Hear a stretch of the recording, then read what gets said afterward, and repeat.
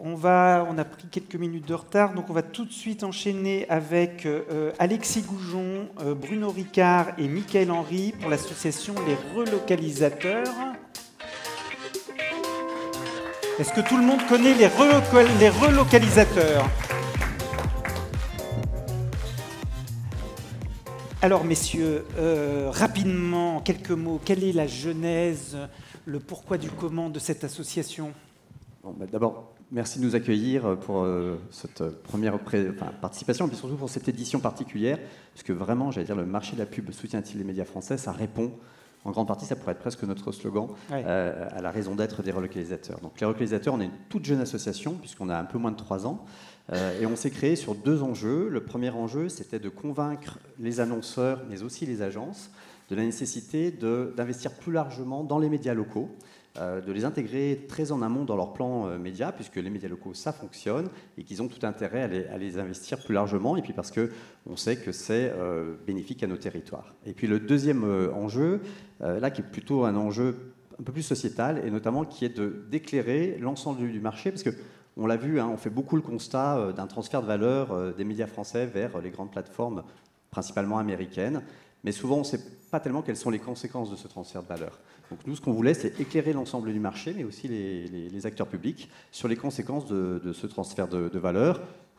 En résumé, on y reviendra, mais 3 conséquences. D'abord, une perte de dynamique, ou en tout cas une baisse des revenus au niveau des territoires, donc ça veut dire une perte de dynamique économique et une perte de dynamique sociale, qui est financée par l'économie. Une perte d'emploi, et puis on le sait, on l'a vu, les médias d'information, qui sont les garants de la démocratie, aujourd'hui sont en train de voir leurs revenus publicitaires diminuer, et donc moins de possibilités de pouvoir exercer leur profession, et d'avoir cette diversité média qui est vraiment le ciment aujourd'hui de notre démocratie. Voilà. Donc on s'est fondé, aujourd'hui on a eu au total 12 régies, 3 agences, et puis France Pub, qui fait partie de nos membres honorables, voilà, pour convaincre l'ensemble du marché de cette nécessité de faire changer les pratiques et au niveau des annonceurs de changer les pratiques pour un meilleur équilibre entre médias français et grandes plateformes. Alors Bruno, tu présides cette association. On a vu les évolutions, les chiffres ce matin, elles vont toutes dans le même sens avec ce basculement des investissements vers les plateformes. Quel problème cela pose pour les médias français et locaux ? Alors déjà, ce qu'on a vu sur les 5 dernières années, c'est qu'il y a 5 grands acteurs mondiaux qui ont concentré quasiment la totalité de la croissance. Ce que montrent les analyses de l'Arcom, qui ont été présentées en début d'année, c'est que dans les années qui viennent, peut-être les 5 prochaines années, elles ne vont pas seulement concentrer la croissance, mais la valeur, c'est-à-dire que la plupart des autres médias, alors avec des rythmes différents, avec sûrement des exceptions, mais globalement, les autres médias, donc tout ce qui concerne autre chose que ces 5 grands acteurs, vont voir leurs revenus baisser, mais baisser en valeur absolue. Donc ça pose un problème évidemment, ça pose un problème, comme le disait Alexis, sur l'emploi et le PIB et la valeur domestique de l'économie française. Et on aura d'ailleurs, puisque tout le monde a fait ses annonces sur les événements, le 5 novembre, l'occasion de documenter très précisément cette situation avec un économiste qui s'appelle Bruno Coquet, qui a regardé ce que ça voulait dire d'investir 1 euro ou 1 milliard d'euros dans les plateformes plutôt que dans les autres médias, en termes d'emploi et de PIB. Donc ça pose un problème global pour l'économie française. Par ailleurs, ça pose un problème global sur le financement de la culture, puisque la culture est très largement financée par les médias en France, notamment les médias audiovisuels. Et puis ça pose un problème peut-être encore plus aigu sur le financement de l'information. Donc l'information, c'est 34 000 journalistes en France. Globalement, ils sont financés à 30% par la publicité, ces journalistes. Donc si les recettes publicitaires baissent, c'est tout l'écosystème de l'information qui va être mis à mal. Et évidemment, ça pose un problème qui ici est un problème plus de nature démocratique, puisque la démocratie, c'est le droit de vote, c'est la diversité et le pluralisme, mais c'est aussi les médias, la liberté des médias. Et donc, évidemment, on est là face à un problème qui est un problème de société, d'autant plus que dans la concurrence de l'information, les 5 acteurs qu'on a évoqués, certains sont dans une posture ou dans une position sur le marché de l'information, qui fait qu'ils ont tendance à privilégier, via tout ce qu'on connaît, les algorithmes, les bulles de filtre, etc., plutôt les fake news, plutôt les infos qui font le buzz, et plutôt des informations qui vont à l'encontre de l'éducation du public. Donc ça pose un vrai problème, effectivement, de société. J'imagine que votre objectif numéro 1, c'est de convaincre les annonceurs. Comment est-ce qu'on mobilise les annonceurs? Est-ce que c'est en passant par les agences médias? Alors on essaye pour le coup. On a déjà quelques annonceurs qui sont... Je crois qu'il y a 3 agences médias déjà dans 3 agences médias effectivement. Il y a Dentsu mais aussi Cospirit qui était à l'initiative de cette association, et Publicis Média qui nous a rejoints cette année. Pour le coup, on espère que d'autres agences médias vont aussi nous rejoindre. Je passe un petit appel à mes copains. Venez, ce sera chouette.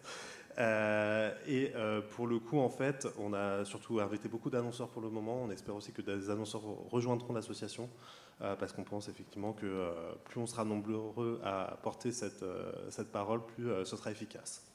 Et pourquoi est-ce que c'est un sujet aussi important et fédérateur dans une agence média ? À titre personnel, on va dire pour chez Dentsu, ouais, pour Dentsu, vous savez peut-être, on est passé depuis 1 an et demi société à mission. Donc société à mission, c'est un véritable engagement. On a tous cette raison d'être que l'on prône, qui est de choisir de concevoir la communication comme un vecteur d'harmonie sociale et environnementale. Et pour le coup, un des piliers qui compose cette raison d'être, c'est de participer à la promotion d'une communication plus responsable. Et une communication plus responsable, ça passe aussi par la promotion des médias locaux, des médias qui font effectivement la démocratie, comme le disait Bruno. Et pour nous, c'est véritablement important. Ça fait partie aujourd'hui, en fait, de notre engagement au quotidien.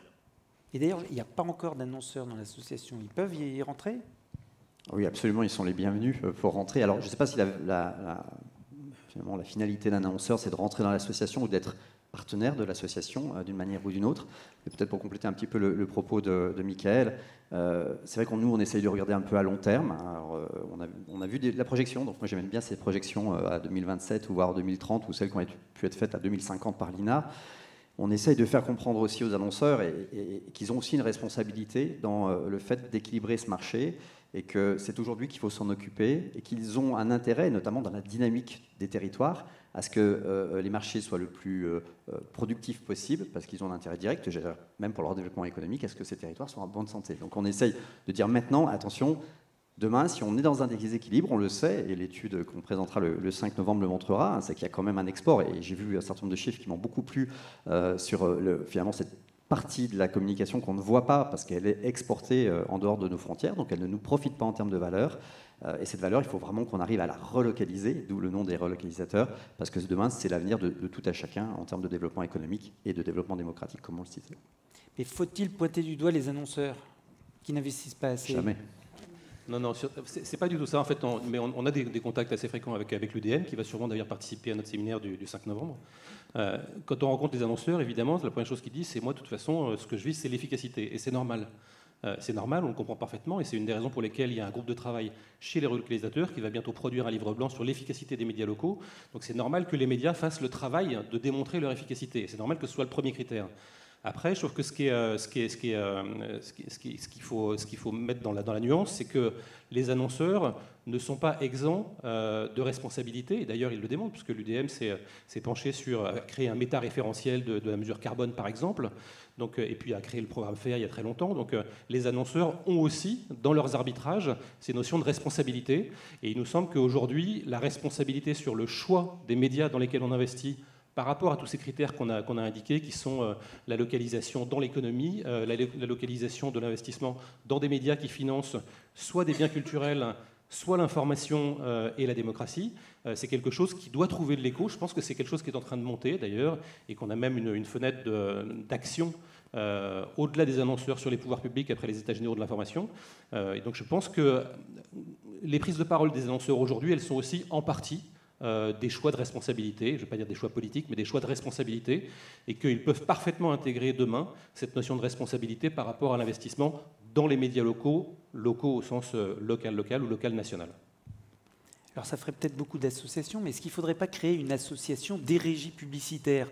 Et pas, aujourd'hui, il y a une association presse, radio, télé, etc. Est-ce qu'il ne faudrait pas créer une association pour défendre les régies relocalisateurs, en fait. Ah bon, c'est mieux que ça, parce que c'est les régies, les agences, les instituts d'études. En fait, on réunit tout l'écosystème, parce que c'est ensemble qu'on va réussir à le faire plus. Peut-être les annonceurs demain, mais c'est vraiment ensemble qu'on doit, ensemble qu'il faut se saisir du sujet, voilà, et discuter ensemble. On avait hier notre séminaire annuel. C'est passionnant de voir les échanges qu'il peut y avoir entre les régies, entre les agences, justement sur cette vision à moyen long terme. Donc c'est tous ensemble qu'il faut le faire et pas rester, j'allais dire, dans l'entre-soi de sa profession. On essaye, nous, d'amener cette transversalité. Chacun a son rôle à jouer. mais on espère qu'on... Et avec les instituts d'études, vous avez lancé des études ? Alors on a lancé des études, alors notamment avec France Pub, on a lancé le premier observatoire des investissements publicitaires locaux, dont la première édition a eu lieu l'année dernière. On a fait le deuxième temps du baromètre ce printemps. C'est la première fois qu'on mesurait la réalité du local. Donc pour ceux qui n'y auraient pas assisté, c'est donc aujourd'hui 10,5 milliards, donc c'est presque un tiers des investissements médias qui sont en locaux, qui se séparent en investissements, ce qu'on appelle locaux, donc vraiment les acteurs locaux qui investissent concrètement dans leur région, hein, donc qui n'ont pas vocation à investir nationalement. Et puis le multilocal, qui est à peu près un quart de ces investissements locaux, qui sont les annonceurs nationaux, qui vont justement investir une partie de local. Et la bonne nouvelle, c'est qu'on a maintenant, après la deuxième mesure, le constat qu'on est dans les tendances de la croissance du marché, mais surtout qu'on a retrouvé les niveaux d'avant 2020. On a même dépassé les niveaux d'avant 2020 sur cette partie du multilocal. Donc ça veut dire qu'il y a une vraie dynamique au niveau du média local, mais on a envie que ça aille encore plus loin. Donc tu disais hier, vous avez fait un séminaire. Vous étiez combien et qu'est-ce que vous avez décidé? Quels sont les points d'action que vous pouvez nous dire aujourd'hui? L'association a 3 piliers, c'est défini 3 piliers. Le premier, c'est de démontrer l'efficacité. Le deuxième, c'est de faire prendre conscience du poids économique des médias français par rapport aux médias, aux grandes plateformes internationales. Et la troisième, c'est d'outiller en matière d'études tout ce qu'on a expliqué précédemment sur le rôle structurant dans la société française en termes démocratiques de l'information via les médias locaux et nationaux. Donc sur ce dernier point, puisqu'on ne l'a pas évoqué, on a quasiment bouclé un partenariat qui sera actif début 2025 avec la Fondation Jean Jaurès sur justement la projection du rôle démocratique des médias locaux en fonction de la plus ou moins grande concentration dans les territoires en France. Et donc je pense que ce sera la dernière pierre à cet édifice qui montrera à quel point il y a de la vertu à investir dans les médias locaux, à la fois pour des enjeux sociétaux, à la fois pour des enjeux économiques et à la fois pour des enjeux d'efficacité. C'est la feuille de route. Dans les agences médias, des objectifs par rapport à ça ? De continuer, de travailler. On a passé un très bon moment pendant ce séminaire. On a beaucoup de challenges sur 2025, surtout beaucoup d'énergie, beaucoup de motivation de la part de tous. Super. Merci. Tout petit complément à ce que dit Mickaël, c'est que notamment, et dans le rôle des agences, c'est d'aider, parce qu'on a bien compris que le challenge est important, c'est d'aider aussi les annonceurs justement à aller vers plus de local, vers un meilleur équilibre. C'est aussi notre rôle de les accompagner sur le chemin. Donc voilà, on va travailler sur un livre blanc, sur des outils qui vont les aider à mettre tout ça en place de manière beaucoup plus efficace.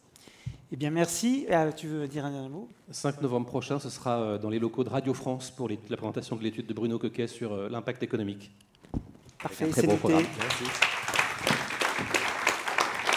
Merci, merci.